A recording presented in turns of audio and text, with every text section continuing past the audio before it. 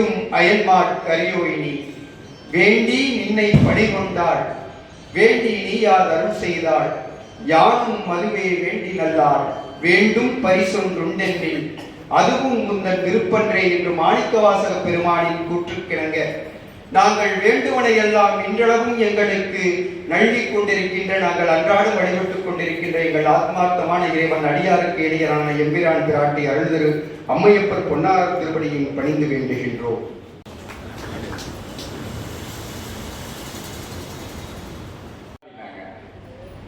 திருப்பெருந்துறையா அடிக்கடி நம்ம திருவாசகத்தில் படிச்சிருக்கோமே, திருப்பெருந்துறை உரை சிவனே அப்படின்னு படிச்சோமே. எவ்வளவு பெருமைக்குரிய இடம், அதை கேள்விப்பட்டது கூட இல்லையே. அங்க போறீங்களான்னு கேட்குறீங்க, சுவாமி அங்க என்ன வேலைன்னு தமிழாசிரியர் வேலை பார்ப்பாங்க. எளியே முதல் முறையாக தமிழாசிரியர் பொறுப்பு ஏற்ற இடம் திருப்பெருந்துறை. அங்கே மணிவாசக பெருமான் பெயரால் ஒரு ஆலயம்னு சொல்லலாமா, பள்ளிக்கூடம். அன்றைக்கு நான் போய் தொடங்குகின்ற காலத்தில் 6ஆம் வகுப்புலையும் 7ஆம் வகுப்பும் தான் தொடங்கியிருந்தாங்க. இல்லை பரவாயில்ல, சேர்றவங்க எல்லாம் சேர்த்துங்கன்னு அப்புறம் இன்னும் 10ஆம் வகுப்பு ஒரு 4 பேர் மட்டும் சேர்ந்தாங்க. உயர்நிலை பள்ளியாக தொடங்கும் போது அறிவோம் என்று செங்கல் எடுத்து வைத்து அந்த கட்டடத்தை கட்ட தொடங்கினேன். குடிசை வீடு போல கூரை கொட்டகை தான் போட்டோம், ஒரு ஓட்டு கொட்டகை போட்டோம். அங்கே தொடர்ந்து திருவாசகத்தை மாதம் ஒரு முறை பள்ளியிலேயே பாராயணம் செய்கின்ற வாய்ப்பு கிடைத்தது. அதனால இன்னும் தெரியல, இந்த மாவட்டத்தினுடைய கலெக்டர் ஆட்சியர் அங்க சேர்ந்தார். நிறைய திருக்கூட்டங்கள் சேர்ந்தது, நண்பர்கள் நிறைய கிடைத்தார்கள். திருப்பெருந்துறையில காஞ்சனா கமலநாதன் ஒரு அம்மா வந்து பார்த்துட்டு 1 கோடி ரூபாய் பணம் கொடுத்து மாணிக்கவாசருக்கு நல்ல பள்ளிக்கூடம் கட்டுங்க.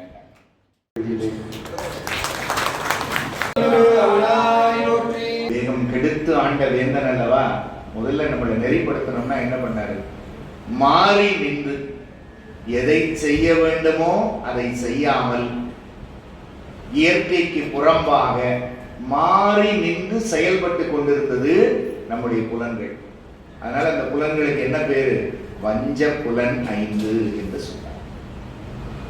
யாரை வஞ்சன் உடையவர்கள் என்று சொல்லுவோம்னா, வச்சுக்கிட்டே கொடுக்க மாட்டேங்கிறான் பாரு, வஞ்சனை வச்சிருக்கிறான் என்று சொல்லுவோம்.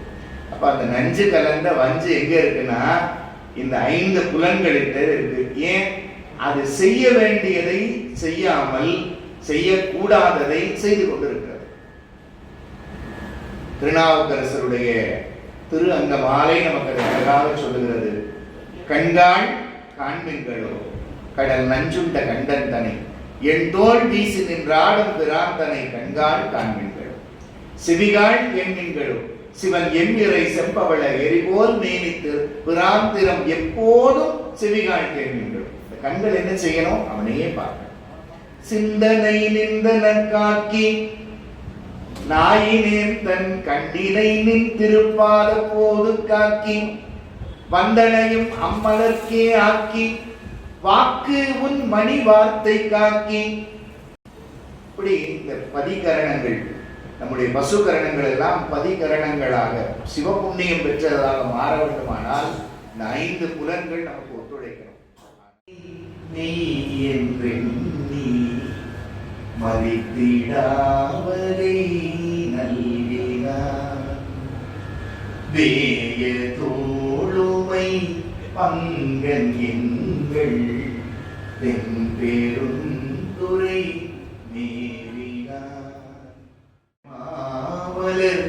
சேவடி கண்ணம் சென்னி மன்னி மலருமே சென்னி மன்னி சுடருமே. ஒரு எல்லை இருக்கு, ஒரு முடிவு இருக்கு. அதெல்லாம் கடந்த நிலையில ஒரு இன்பமாக இறைவன் இருக்கிறானே, நமக்கு கிடைப்பார் அவர். ஈரிலா பதங்கள் யாவையும் கடந்த இன்பமே. அடுத்த வரி சொன்னார், என்னுடைய அன்பே. அதுக்காக அவர் எங்கேயோ இருக்கிறார், தூரமா இருக்கிறார் நினைச்சிட வேண்டாம். யார் உள்ளத்திலே, யார் ஒருவர் உள்ளுவார் உள்ளத்துள்ளே அப்புருவாய் தோன்றுகின்ற வடிவமாக தோன்றுவான் இறைவன். அந்த அன்பு ஒன்றுத்திருக்கிறான், அகப்படுகின்ற மலையாக அவன் இருக்கிறான். என்னுடைய அன்பே என்று தன் அன்பை சொல்லி நமக்கு நம்பிக்கையை ஊட்டுகிறார். என்ற உன்னுடைய தன்மையை நினைந்தேன் அப்படின்னு சொல்லியிருக்கலாம்ல. நினைப்பு அற நினைந்தேன். முதல்ல எந்த நினைப்பு அறந்தது, பின்ன எந்த நினைப்பு நின்றது அப்படின்னு பார்க்கும் பொழுது எது எனக்கு தேவையில்லையோ அந்த புறமான நினைப்புகள், புறம்பான நினைப்புகள் எல்லாம் அருந்து போனது. எதை நான் நினைக்க வேண்டுமோ, எந்த ஒன்று என் நினைப்பிலே நிலை பெற வேண்டுமோ அதை இன்று நான் நினைத்தேன். சந்தோஷத்துக்காக செய்கிறோம். அதுல எதிலையும் சிவபெருமான் சந்தோஷப்பட போவது கிடையாது. சிவசிவம் ஒரு முறை சிவனடியார் ஆதிப்பார், அந்த ஆனந்தம் என்னன்னு தெரியும். செங்கமல பொற்பாதம் தந்தருளும் சேவகன் என்ன தருவாருங்க நமக்கெல்லாம்? சுந்தரர்கிட்ட கேட்குறாங்க. இப்போ மகளிருக்கெல்லாம் நல்லா தெரியும், ஏதாவது ஒரு வழிபாடு அடிக்கடி போயிட்டே தான் இருக்கிறோம். சும்மா விடுவாங்களா சுற்றி இருக்கிறவங்க? என்னங்க எப்போ பார்த்தாலும் முற்றோதல், உழவார பணி, திருவிழா, சைவம், திருநீரு, ருத்ர, இப்படியே போயிட்டே இருக்கிறீங்க நீங்க. அப்படி என்னதாங்க கொடுக்குறாரு உங்க சாமி? கேட்பாங்களா இல்லையா? இது சுந்தரருக்கையும் கேட்குறாங்க. எப்போ கேட்குறாங்க? அவருக்கு வசந்த உற்சவம் பார்க்கணும்னு ரொம்ப ஆசை. திருவாரூருக்கு கிளம்பி போயிட்டு இருக்கிறார், வேக வேகமா போயிட்டு இருக்கிறார். அப்போ ஒருத்தர் கையை பிடிச்சி, என்னங்க அப்படி ஓடுறீங்க, என்னங்க கொடுப்பாரு உங்க சுவாமி? பொன்னும் மெய்ப்பொருளும் தருவானை.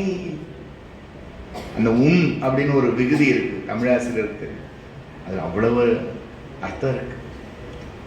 பொன்னை தருவான்னு சொல்லியிருந்தான்னா அதுக்கு ஒரு அர்த்தம்.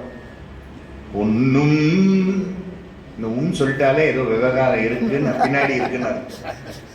சில பேர் சொல்லுவாங்க, காலையில நேரத்துக்கு வந்துருங்க. நான் கண்டிப்பா வந்துடுறேங்க, நீங்க சொன்ன நேரத்துக்கு நான் கண்டிப்பா. ஆனா அவ்வளவுதான், தானா சொல்லிட்டா அவன்னா வேற ஏதோ இருக்குன்னு அர்த்தம். பொன்னும் மெய்ப்பொருளும் தருவானை அப்படின்னா என்ன? வேண்டிய உலக இன்பங்களை, பொன்னை கண்டிப்பா தருவான். ஆனா அப்படியே கொடுத்துட மாட்டான், மெய்ப்பொருளோடு கலந்து கொடு, ஞானத்தையும் சேர்த்து சிவபெருமான். போகமும் திருவும் புனற்பானை. நம்ம அனுபவிக்கிறதெல்லாம் போகங்கள், அதுல திருவையும் சேர்த்து தான் கொடுப்பாராம். திரு இல்லாத போகம் வந்தா கர்ம வந்து சேர்ந்துரும், வினை வந்து. நாவுக்கரசர் சொன்ன மாதிரி சொன்னா, இருமாந்து இருப்பன் குலம். இருமாப்பு வேற, ஆணவம் வேற. நான் யார் தெரியுமா அப்படின்னு சொன்னா அதுக்கு பேர் ஆணவம், அது கூடாது. என் சாமி யார் தெரியுமா அப்படின்னா அதுக்கு பேர் இருமாப்பு, அது இருக்கணும். பிரச்சனை வந்துருச்சுன்னு ஓடி போய் சாமி கிட்ட, சாமியே எனக்கு எவ்வளோ பெரிய பிரச்சனை தெரியுமான்னு சொன்னா இன்னும் நம்ம அடியாரா முழுமையாகலன்னு அர்த்தம். எவ்வளவு பெரிய பிரச்சனை வந்து நின்னாலும், உனக்கு தெரியுமா என்கிட்ட எவ்வளவு பெரிய சாமி இருக்கிறாருன்னு பிரச்சனையை பார்த்து சொன்னோம்னா நம்ம அடியார் ஆகிட்டோம்னு அர்த்தம்.